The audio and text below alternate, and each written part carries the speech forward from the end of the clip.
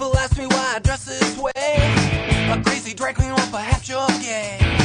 Is there a point to all these fancy clothes? With all these buckles from your head down to your toes. It's very simple, but I'm just another girl. It's not so easy, but I'm giving it a whirl.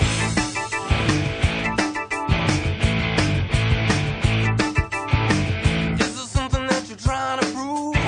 With all the makeup and the way you move, are you looking for some sympathy? No, I'm trying to be the best girl I can be. It's very simple, but I'm just another girl. It's not so easy, but I'm giving it a whirl. Like my martinis dry, cosmos I won't deny. Smoke those long cigarettes. Thank God I'm not dead yet. Done all these crazy things, short of a wedding ring. Just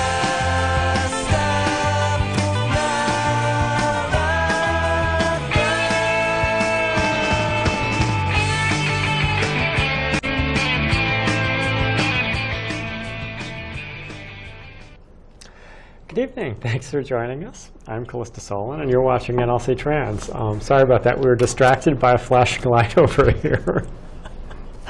Anyway, so thanks for joining us. Tonight, we actually do not have any B-roll because we have so much to talk about. Actually, you know, sometimes things just get so crazy and busy that that we don't manage to get everything together before the show. So. But anyway, we have a bunch of things to talk about, which we always do somehow. I don't know. It just sort of happens whether we like it or not. but anyway, so tonight, as always, my dear friend and co-host Tara Alexander is with me, and she's over there punching stuff up on her phone. And I've timed her out again. I'm sorry. Anyway, okay, no more silliness. Well, you know, I'll throw one your way as I'm desperately trying to catch up with the research you've done and be able to contribute tonight. As I'm trying to look up LGBT stories, and I started typing in gay voices, and it auto-corrected to Salma Hayek. Okay. Just a tidbit. Yeah. Anyway, actually, you know, there was a story, and I was trying to grab it, and I somehow missed it. And I know you had some of the same issues tonight with missing stuff on the printer or something. But there was apparently a big LGBT rally, a very, very big rally in Chile. And I meant to grab that. And yeah, the Chilean LGBT rally. And somehow I missed that. But anyway, I'm going to read you just a quick couple of things here. This one was very nice. This is from today in The Advocate. Minnesota governor signs marriage equality into law. Minnesota becomes number 12. Yeah. On the front steps of the state capitol in St. Paul, Minnesota, Governor Mark Dayton signed a marriage equality bill into law Tuesday at 5 p.m. Central Time, just one day after the State House approved the legislation, with one Republican joining the entire Democratic caucus in supporting the bill. When same-sex couples in Minnesota begin marrying August 1st, Minnesota will officially become the 12th state, in addition to Washington, D.C., in the U.S. to enact marriage equality. With the governor's signature, Minnesota also becomes the first Midwestern state to legalize same-sex marriage through the legislature, since marriage equality came to Iowa as a result of a unanimous ruling by the state Supreme Court in 2009. The Minnesota House of Representatives approved House Bill 1054, the marriage equality bill, by a bipartisan vote of 75 to 59 last Thursday.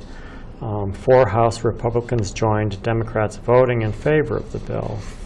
In November of 2012, Minnesota voters rejected a proposed state constitutional amendment that would have banned marriage for same-sex couples, only the second time an electorate has rejected such an anti-gay proposal. So that's a good thing. Yep. You know, one more state falls. I shouldn't. You know, I don't mean. I know. Soon we will rule the world. You know, it's a good thing. It's a positive thing. You know, it really is. My opinion, but it's the correct opinion. It's the correct opinion. I'm sorry. This is just coffee, I swear. You dined me out. I don't think I'll vouch for that. No. It really is just coffee. Actually, that is, interestingly enough, that's IKEA coffee. We went to IKEA. A couple of weeks back. What a crazy place. It was it's like a whole day event. We had never been there, and you know, it's sort of a place to go and get lost, I guess. Very big place. But anyway, I'm actually drinking some of their coffee. It's just, you know, one of those things that's like, oh, yeah, it's going to be Swedish coffee. Well, it's not. It's actually not Colombian. Swedish coffee at all. But it wasn't even processed in Sweden. But it's actually pretty good. So, I'm sorry, I'm just all over the place here. But it was actually, you know, a crazy place, and we went and got lost there, and had a good old time just looking around. And so now we can actually say we've been. And I'm going to stop meandering here. This one, and I know you were watching some video on this, but so I don't know if you wanted, this was something you wanted to talk about, the Linda Harvey thing, which is kind of an odd thing. This was a piece that I also found on The Advocate about Linda Harvey, who was apparently a radio personality, I believe, who I'm not really familiar with. But anyway, this was from The Advocate. Right Wing Watch, which apparently is a publication, reports that Mission America's conservative radio show host Linda Harvey is claiming LGBT news sites and blogs that are sympathetic to the social and political goals of the homosexual movement can deceive children into thinking they are gay. I read that. I thought, you're gotta be kidding me. But anyway, I think there's more to this, and not that I agree with her in any way, shape, or form. But I'm going to read this to you. In her latest program, she warned parents that homosexual-themed pornography is extremely accessible to young people if they ever visit any websites covering the gay agenda as news. And if they visit these sites, some will experience sexual feelings and mistake these for the pervasive fiction of some inborn gay identity. I really don't think that's true. But anyway, in a classic case of anti-gay fear-mongering, Harvey also claimed Hollywood and even the top leaders in our country are all busy selling homosexuality to kids, and this message has the ability to stir feelings in a young person that were not in play before. So that's the Linda Harvey thing. It's pretty crazy. Anyway, there's a whole bunch here that she's written, and I'm going to read this to you quickly while Tara's playing with her phone. This is from Linda Harvey. I've gotten calls over the years from parents who are brokenhearted because a young son or daughter has revealed a homosexual preference. My role is not to be a psychologist, but I try to share some resources with parents who are coping with such a tough situation, and they often share with me that pornography played a part, particularly with boys, in convincing them to believe they are gay. So she's talked about like all of 12, 13, 16-year-old America? Yeah. Pornography plays a part. Yeah. This is craziness, but anyway. But usually by the time this comes out, the feelings and fantasies have been nurtured for years. It seems to me that in the present climate where schools, Hollywood, and even the top leaders in our country are all busy selling homosexuality to kids, that we have to watch those other deceptive influences that can chime in on top of all this to stir feelings in a young person that were not in play before. They should try periods in this. She should try periods. Internet pornography can be the kerosene on an already simmering fire of adolescent hormones and confusion. And these feelings can bring them to precisely the wrong conclusion. Manipulating feelings in the wrong direction is what pornography does anyway. So in other words, her opinion is pornography. Yes. This is crazy. Homosexual-themed pornography is extremely accessible to young people if they ever visit any websites covering the gay agenda as news. For instance, if your child was during a report on the gay same-sex marriage, just researching the political issue and visiting sites that are sympathetic to the social and political goals of the homosexual movement, may quickly bring them in touch with the explicit images, because many of the homosexual news blogs have soft porn gay dating sites, or worse, as ads. So what is the reaction of your son or daughter to such graphic images? If they feel a curiosity, it may start a process of wondering if they could be homosexual. This is not true, of course, but the really tragic thing is they are not likely to share this question with you, the parent. It just seems too personal. If they follow up and visit these sites, some will experience sexual feelings and mistake these for the pervasive fiction of some inborn gay identity. After all, isn't this the message that kids get everywhere, that some of you are destined for homosexuality, and there's nothing you can do about it. So just go with it and be proud. All of this, of course, is a lie. Adolescents will feel sexual feelings because they are in puberty, and erotic images can evoke, in an often unhealthy way, a human sexual response. Those are the words of Linda Harvey. She clearly has some problems writing. She doesn't know what a period is, and her structure here is pretty awful. But clearly she's wrong. I think we've there's been enough research that we can honestly say she's wrong. This is nonsense. She should be concerned then, because there's a lot of gay pornography out there. Then the gay population should be growing rapidly with each successive generation.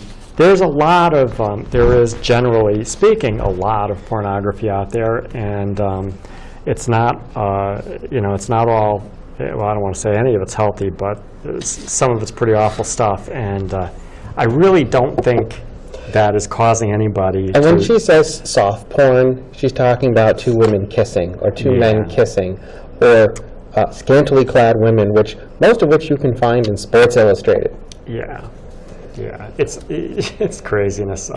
I can honestly say I don't think there is much chance that gay pornography is going to turn kids. No, as a matter of fact, if you're viewing gay pornography and it turns you on, it's probably an appropriate question to ask if it's turning you on for a reason. Yeah. What she finds pornographic and what the National Institute of Art might find pornographic are probably two very different definitions. Yeah. Yeah. And even if it's when she doesn't believe in same-sex couples and same-sex relationships and two men kiss, I'm sure she considers that pornographic. Yeah. Yeah. And just even evoking a sexual response doesn't necessarily mean that you're gay. Ask any guys about their fantasies about two women. It's nonsense. Right. So if you fantasize about lesbians having sex, that would make you a lesbian. Yeah. Anyway, craziness. But that was Linda Harvey, and in fact, I've never heard of her. So. No, she's one of the second-tier conservative talk show hosts on the radio. Yeah, but I just thought that was kind of amusing that she's... Some of the stuff that these people write just blows me away. It's like, yeah, really. Anyway. Well, along those lines, along the lines of your first story, I found one of the ones that I thought I had printed out. Actually, I found a couple. Hong Kong transgender woman wins right to marry. Oh, she does? Yes. Oh, good. Yes. Hong Kong's top court granted a transgender woman the right to marry her boyfriend Monday in a watershed ruling that falls just short of allowing same-sex marriage. The surprise decision only covers the right of a transgender person who was born male to marry a man, and for one who was born female to marry a woman. So, they're allowing same-sex marriage, in certain cases, because they're not recognizing, they're not yet recognizing the gender transition Right. into the heterosexual relationship, which actually bodes much better because it means they are recognizing some form of same-sex Sure. marriage without condoning it for everyone. So in a weird kind of backward discrimination way, cisgendered, born male, feeling male, attracted to male, not allowed to marry. Born female, feeling male, attracted to male, allowed to marry. Well, good for her, though. I'm happy for her. Only one of the judges in the 5-judge panel dissented. Her lawyer said that her client was overjoyed. She's in her 30s, was born a man, had surgery in 2008 to become a woman. The hospital issued a letter certifying her new gender. In a conference call with reporters, she said, "I'm very glad that I can finally get married to my beloved boyfriend in Hong Kong." She says she hopes the ruling will have a positive influence on how sexual minorities are seen in Hong Kong, where many hold quite conservative views. Yeah. The ruling won't take effect for 12 months.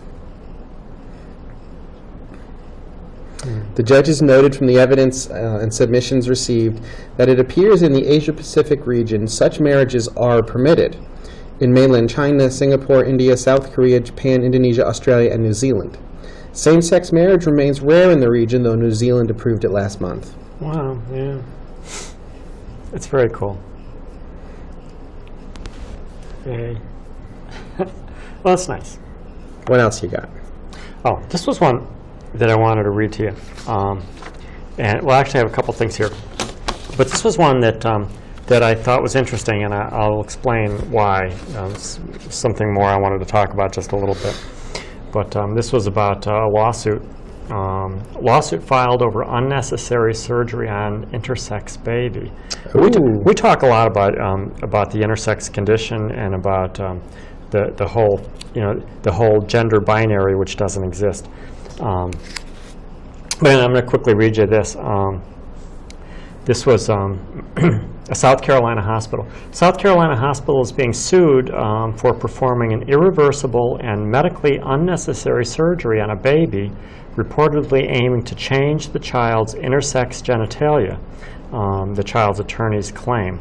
The 16-month-old child, identified as MC, was born with an intersex condition where the child's reproductive or sexual anatomy does not fit typically male or female classification. Most children with these conditions eventually develop as male or female, but MC's phallus was removed in an attempt to make the child a girl, according to the Southern Poverty Law Center and Advocates for Informed Choice. MC, now age 8, has shown signs of developing a male gender and identifies as a boy. The SPLC, Advocates for Informed Choice, and pro bono counsel for the private law firms of Janet, Jenner, and Suggs, and Steptoe and Johnson LLP filed a lawsuit Tuesday on the child's behalf against the Southern Carolina Department of Social Services, Greenville Hospital System, Medical University of South Carolina, and individual employees involved with the surgery.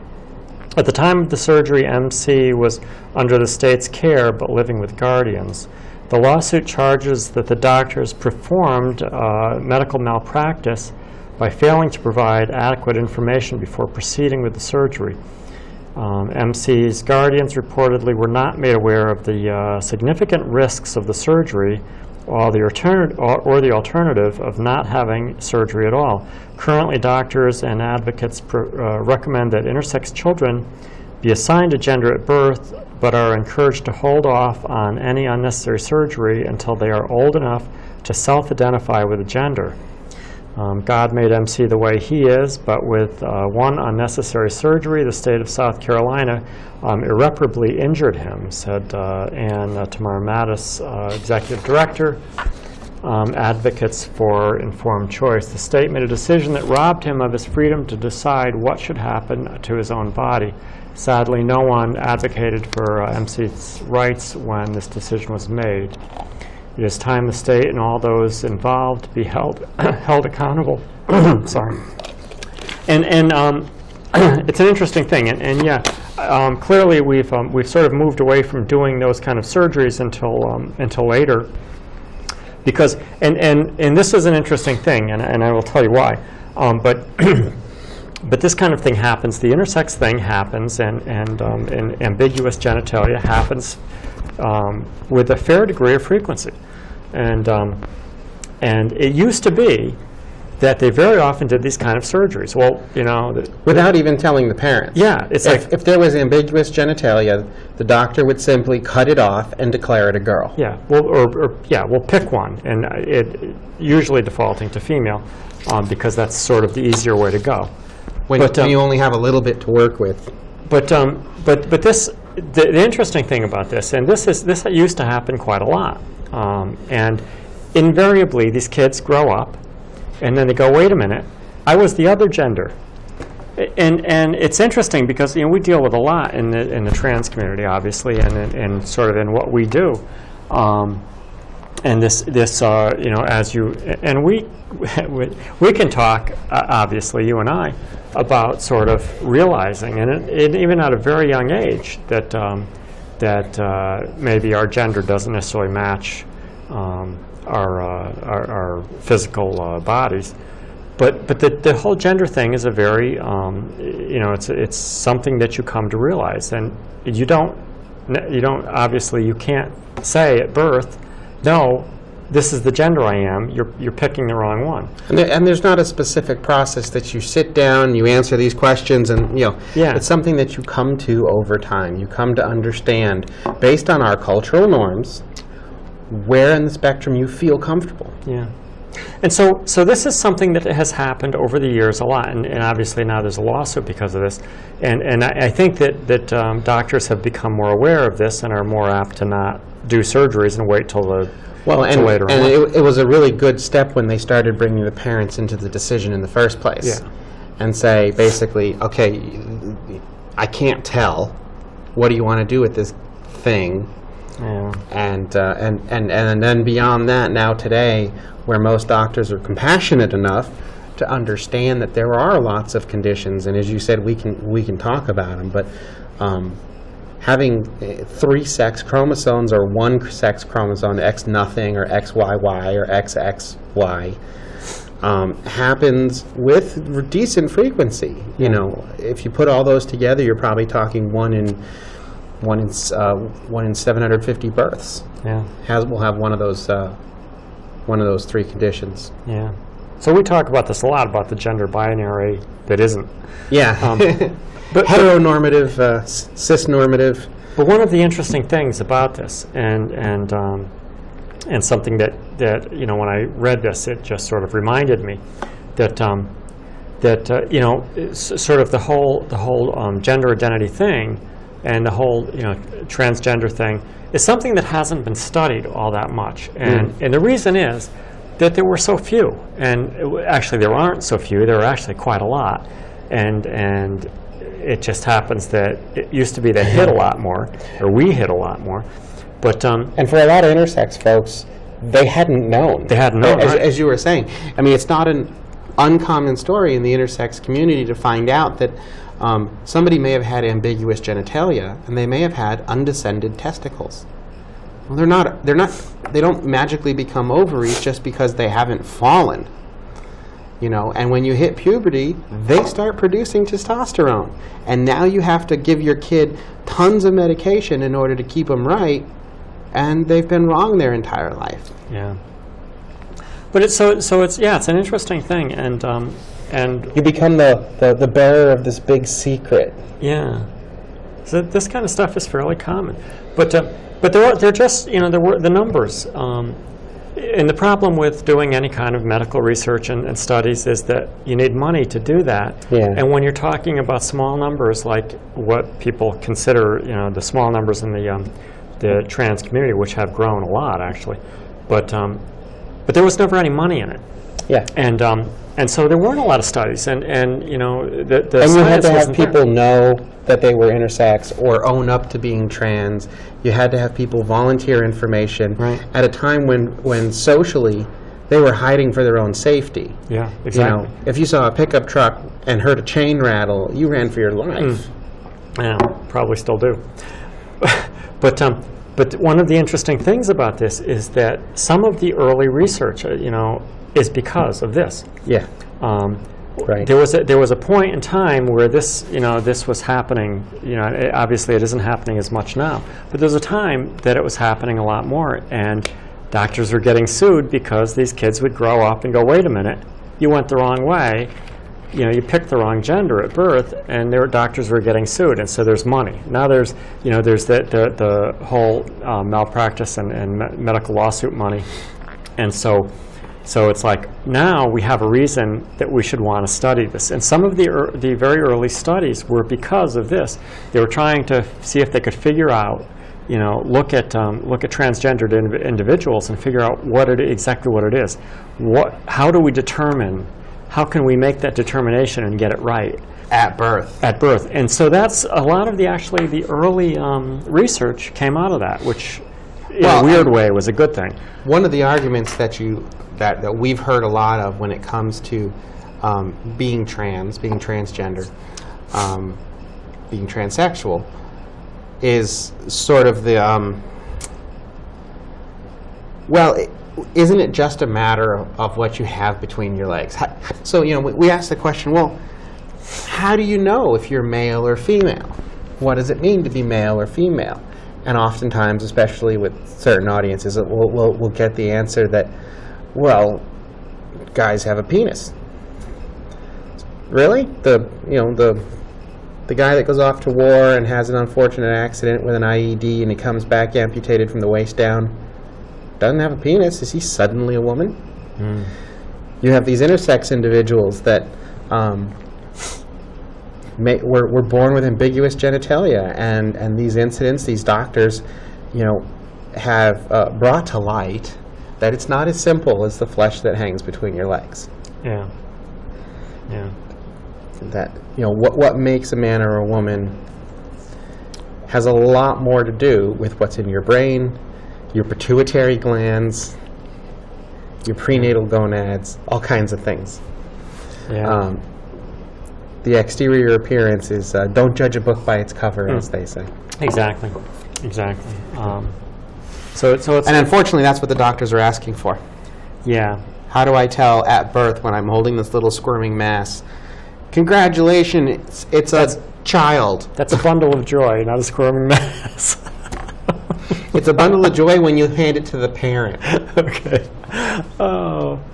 The parent sees it as a bundle of joy. The doctor sees, I don't know, 3-4 a day. Yeah.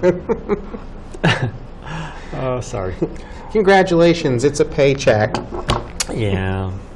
But yeah, so it's one of those things. It's not as simple as people think, and we talk about this a lot. Obviously, we do our panels and stuff, and we talk about this. A lot of these conditions, the intersex condition, happens a lot. And the fact of the matter is, there are a lot of intersex people out there that don't know they're intersex. Right. Because how many people get tested? Virtually, unless you have some good reason, you don't. Yeah. And so certainly there are conditions, what is it, androgen insensitivity? Yep, that's one of them. Where you don't, until you discover that you can't have children, you don't know. And depending on the sophistication of the doctor's office, they may just tell you you're barren. Yeah. Your ovaries don't work. Well, they're not ovaries. They're gonads. They never developed, so you can't process the testosterone to turn you into the guy that you would have otherwise been. Yeah. You can't process the androgen into testosterone. You've been male all along because your chromosomes are XY, but your gonads never developed in utero into testicles, so you can't produce the androgen, you can't produce the testosterone. Yeah. You never have a male puberty. Yeah. And that's just one other. There's a laundry list. Yeah, the science is fascinating, truly. And I guess my point is, if I have a point, that it's not so simple, is it? You know, there are an awful lot of people out there, and we see them all the time. But I think the numbers are diminishing. There are a lot of people out there that think that it's just black and white. And you know, in my limited experience, I suppose, I found that nothing's ever black and white. But and especially things like gender identity is just not. But anyway, so I thought that was kind of an interesting story, and it just reminded me of some of the research, which is very interesting. But so I'm reading up on a story here, but let me go to one of the others. Where's the one on Twitter? This one? Twitter hate speech map. Did you see that one at all? No. What's that?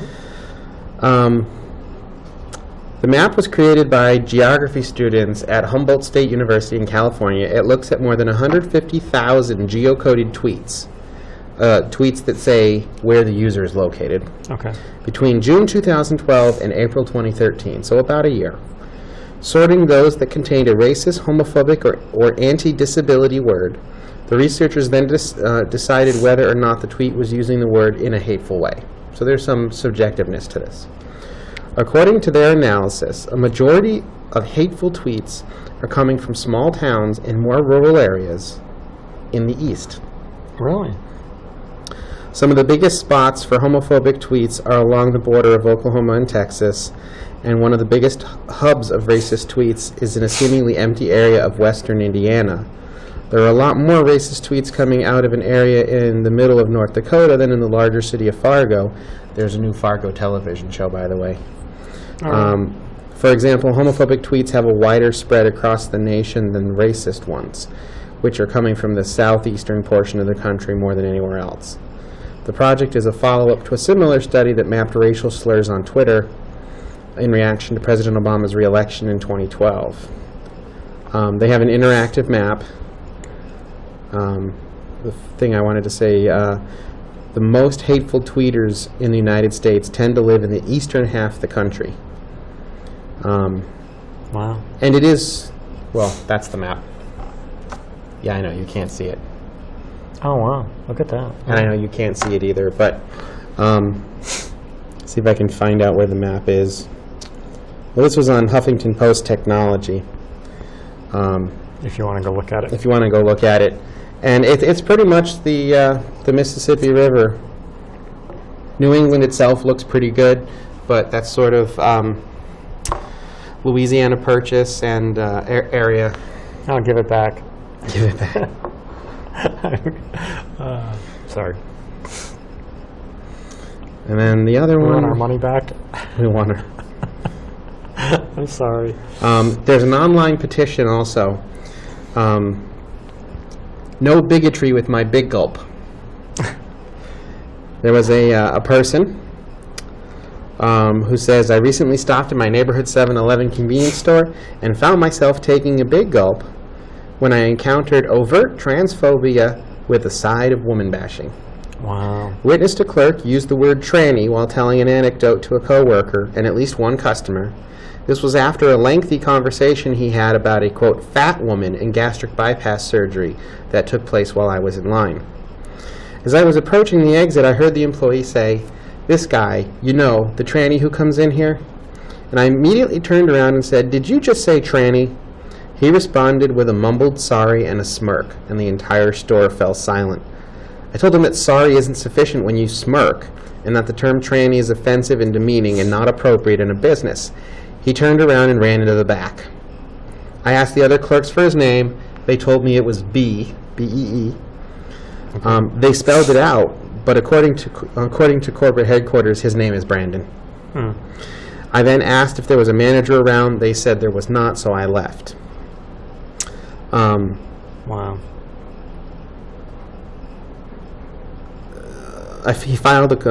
He or she, I'm not actually sure who, filed the complaint that afternoon. It took a while to figure out that it was a franchise and then to find and identifying information. The employee, Brandon, admitted that he'd used the word tranny, but said that it was a personal conversation that I'd overheard. The franchise owner refused my request to meet and discuss the matter any further. Corporate would have no further comment. My proposed response is for two people from my neighborhood to join me and the franchise owner for a conversation about the incident. So why does this matter outside of my neighborhood? First, the corporate office is well aware of the situation and needs to realize that most people don't stop and think, oh, that's a franchise situation, not a reflection on corporate.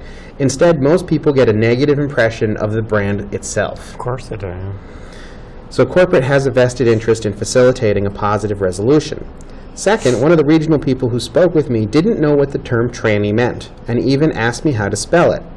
When I offered her a few comparable terms, LGBT slurs ensue, she was shocked, but still didn't really understand. Now, I know for certain 7-Eleven has trans customers, and I bet it has more than a few trans employees, so the ignorance is a bit odd. Third, everyone has a connection to Pittsburgh. Well,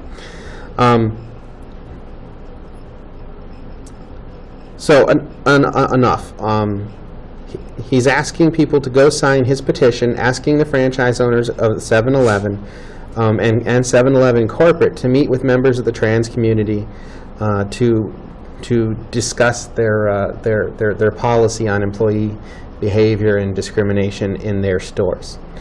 So you can look for it. It's no bigotry with my big gulp. Yeah. Yeah, it's not a good word. You know, the funny thing is I use the word tranny a lot when I'm talking about transmissions. Right, and that would be using it appropriately. And it's like, you know, anybody that's a gearhead or plays with cars or anything would know that, but it's funny. And we have a server at work that's called transmogrifier, and we call it tranny for short. But it's no reference to me as a person. Yeah. But that's interesting. And then I actually have something here, but I'm hoping you have something else first. Okay. Well, I wanted to read this because I thought this was very interesting. You know, I just saw this on the web, and it caught my eye because it sounded promising. Okay. This was about Danish scientists. So I'm going to read this to you. They have a cure for conservative crackpots? Yeah, I wish. Scientists in Denmark are reporting that they are just months away from unveiling a breakthrough treatment that could functionally cure HIV, reports UK newspaper The Telegraph. The researchers are currently conducting clinical trials of a novel strategy that strips the HIV virus from human DNA, allowing the immune system to permanently destroy the virus.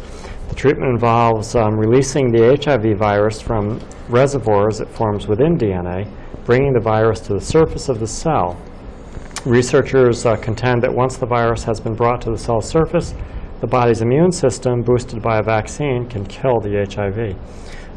Lead researchers studying the treatment told Telegraph that initial signs are promising. I'm almost certain that we will be successful in releasing the reservoirs of HIV, said Dr. Ole Sogard, a senior researcher at Denmark's Aarhus University Hospital. Butchering these names, I'm sure. The challenge will be getting the patient's immune system to recognize the virus and destroy it. This depends on the strength and sensitivity of the individual immune system. The Telegraph reports that 15 patients are currently enrolled in clinical trials for the treatment, and if they are successfully cured of HIV, the treatment will be rolled out on a larger scale, administered in combination with an immune system booster. The treatment uses HDAC inhibitors, which are most commonly used to treat cancer, according to the Telegraph. The Danish researchers are experimenting with a particularly potent HDAC inhibitor, and I'm not sure exactly what that is, but human ADHD inhibitors? That's an HDAC. They may tell us, but anyway, more science probably here than you want. But the technique has already been proven effective in laboratory trials, including those that use human cells, reports the Telegraph. British scientists are currently researching a similar treatment method, but have yet to advance to the clinical trials stage of the process. Danish researchers are also optimistic that if these human trials prove effective, the treatment could be made available on a large scale at an affordable cost, providing an alternative to gene therapy, the costly and complex treatment that aims to make a patient's immune system resistant to HIV. Anyway, I thought that sounded really cool, very promising, and you know, that would be a wonderful thing. And I know that that's always been one of the big problems with HIV, is that it hides so well and you can't get it. But this sounds very promising, and you know, I'm not saying that, and I don't want to try to say that HIV is about to be cured or AIDS is about to be cured, but a promising treatment, that's a really wonderful thing, and I hope that I hope they're successful with this. That would be a great thing for a whole lot of people. There are certainly very, very large numbers of people in the world that are infected with HIV. Yeah. And so I'm very happy to see. And obviously, we know that research is being done. One of the things that we've talked about from time to time is the fact that people have sort of, to some degree, forgotten the whole HIV thing. And I know there are a lot of people that sort of think, oh yeah, we've cured that, and we haven't. You know, it is by no means cured, and it is to some degree treatable. But the treatments are incredibly expensive and are not fun, from what I understand. I don't know a lot about it, but I know that some of the treatments are very, very have a very, very deleterious effect on the patient's health in other ways. So this is good news, and I don't want to be premature on that. You know, obviously we have to wait for more results, but I was happy to see that. So I'll kind of keep my eye on that, because that sounded very promising. Yeah. So anyway, good stuff. Yeah. Yep. Absolutely. I do have time for a couple of announcements before we run out, and then have that controversial question for you. Oh, okay. Not that question, this question that I haven't told you yet. Okay. Not that I've told them either one of them, but... Okay. So a reminder, Saturday, May 18th, this Saturday, rain or shine, Kentford Farm Perennial Gardens and Floral, 297 New London Turnpike, Route 184 in Stonington. Gates open at 9 a.m. The Alliance for Living is having a Gardener's Delight fundraiser. $20, I think it's, $20 at the gate. The event includes a plant sale, guided perennial garden tours at 10 a.m. and noon, fine art auction and champagne reception at 1 p.m. And the proceeds will go to the Alliance for Living. So, segue from your article on HIV and AIDS. The Alliance for Living is dedicated to improving the quality of life for people affected by HIV and AIDS in New London County by providing comprehensive non-medical support services, including medical case management, food pantry and meals, housing, medication adherence, and nutritional programs. They are our premier and only HIV/AIDS support organization in southeastern Connecticut. So this Saturday at Kentford Farms in Stonington, $20 at the gate will help. We'll give you hopefully it's sunny, and it'll be a beautiful tour of the gardens and champagne reception and auction. Yeah, I believe it's going to be nice weather, and it's a great cause. And it's a great cause. And then a little update on our New London Pride efforts, our friend Constance's New London Pride efforts. Yeah. There is a Pride committee that's looking to get as many volunteers as possible. They're still in some of the early stages of forming the organization, but they're also looking to get some of their committees off the ground quickly. So they have a few meetings coming up. Wednesday, May 22nd, is a public pride meeting where they'll be giving organization status updates, events and such at All Souls Unitarian Church at 6:15 p.m. So May 22nd, 6:15 p.m. at All Souls Unitarian Church. And you can, if you're interested in participating in the planning for the 2014 New London Pride, or whatever they end up calling it, but that's Right. what we're calling it for now. There are also some committee events. Well, that's tonight. Tomorrow night at 6:30. No, that's a board meeting. Monday, May 20th, the Entertainment Committee will be meeting at 7 p.m. at the Washington Coffee House. They're looking to do some kind of summer event at Frank's Place. And then Thursday, May 23rd, 6:30 p.m. at the Washington Coffee House. There's a technical website meeting if anyone out there has technical skills or web skills. They're looking for some help getting their online presence going. And then, to mark your calendars, Sunday, August 11th, I'm saying a lot, I shouldn't say Sunday, August 11th is the GLBT Day at Ocean Beach. They're putting together that notice and posters to try to get the word out. They're going to be doing volleyball and kite flying and hoop dancing, face painting, and a whole bunch of other activities. It'll be a nice community effort day. But the big one is the Wednesday, May 22nd, 6:15 p.m. All Souls Unitarian Church is a big public meeting for New London Pride. If you have any interest in participating, volunteering, getting on committees or whatnot, that's the time to go. That's actually all the stuff I have. Everything else is past. Yeah. Okay. Announcements. So, what was this question you had for me? Well, there's this this article that I was skimming through. In 2009, director J.J. Abrams transformed Star Trek into a true mainstream blockbuster, rebooting the series and earning $385 million in worldwide box office, shattering the opening weekend IMAX record with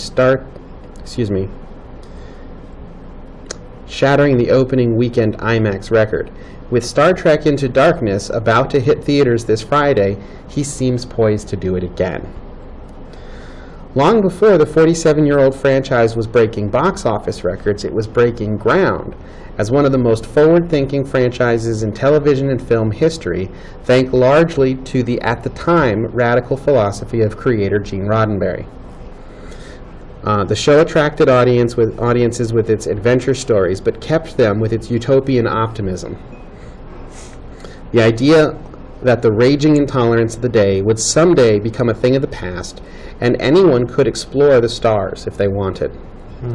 In this future, Roddenberry envisioned race and gender as non-issues, putting Japanese-American George Takei as Lieutenant Hikaru Sulu at the helm, African-American Nichelle Nichols as Lieutenant Nyota Uhura in the communications chair, and even attempted to make the Enterprise's first officer a woman. However, studio executives rejected the unsavory idea, so the alien Spock took the job instead.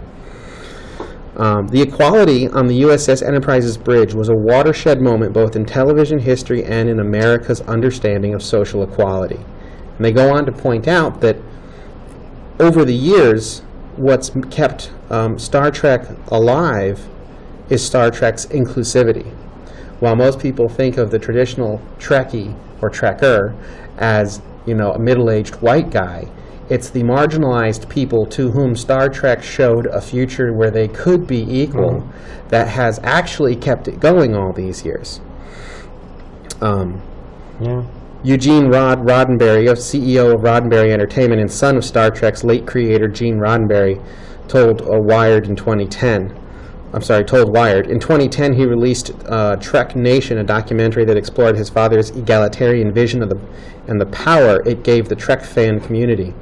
It appealed to people who were thinking differently, whether it was college students who were protesting the war, mixed-race couples, or just people with different ideas. They're the ones who are leading the charge today, not just with Star Trek, but frankly the whole world. And though the show's philosophy no doubt encouraged white audiences' capacity for understanding and tolerance in the 60s and 70s, it was doing something vastly more concrete for people of color who were seeing faces like their own on television in uncaricatured roles for the first time. Yeah. Oh, I lost it now. Apparently, well, it's all right. I'll skip it. So you had Nichols' role as Uhura in particular was revolutionary. She talks about meeting Dr. Martin Luther King Jr. at a fundraiser, who was the self-proclaimed biggest Trekkie on the planet. Yeah. And who told her to stay on the show, if I'm not mistaken? Yes, she was considering leaving. He said he took my hand and he thanked me for meeting him. He then said, "I'm your greatest fan." All I remember is my mouth opening and shutting. I thanked him so much and told him how I'd miss it all. He asked what I was talking about, and he told me that I couldn't leave the show. You're changing the minds of people across the world because for the first time, through you, we see ourselves and what we can be. Yeah. Nichols stayed on the show and had one of the first ever interracial kisses, not the first, although the first scripted. The progressive attitudes towards race and gender in the original series were also set a precedent for later Trek series films. Next Generation featured African-American actors in senior engineering and security roles. Deep Space Nine starred Avery Brooks as Benjamin Sisko, the franchise's first black commanding officer. Voyager featured a female captain, Catherine Janeway. Whoopi Goldberg, who played the auricular bartender, Guinan, on Next Generation, told Nichelle Nichols many years later that watching Uhura, quote, "a black lady on TV who ain't no maid," inspired her to become an actress in the first place. Wow.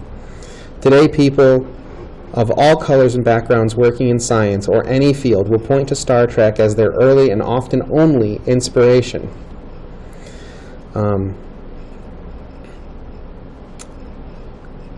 So then you go a little further on, and they're asking about the reboot. With all the reboots of beloved series, the Abrams reimagining of the Star Trek universe has fostered... all right, we're running out of time.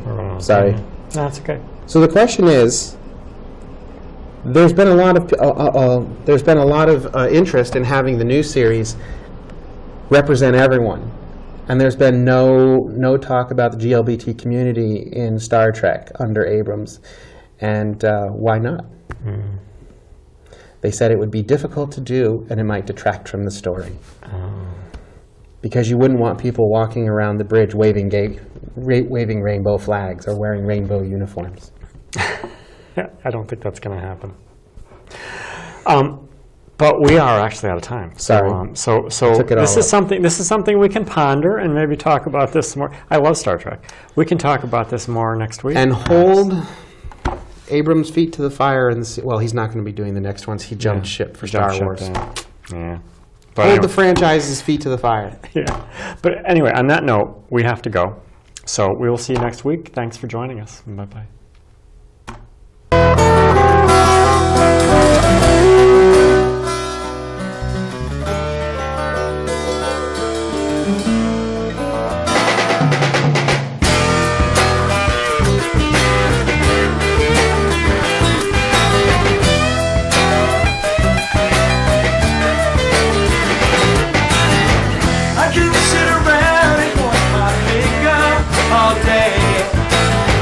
All that happens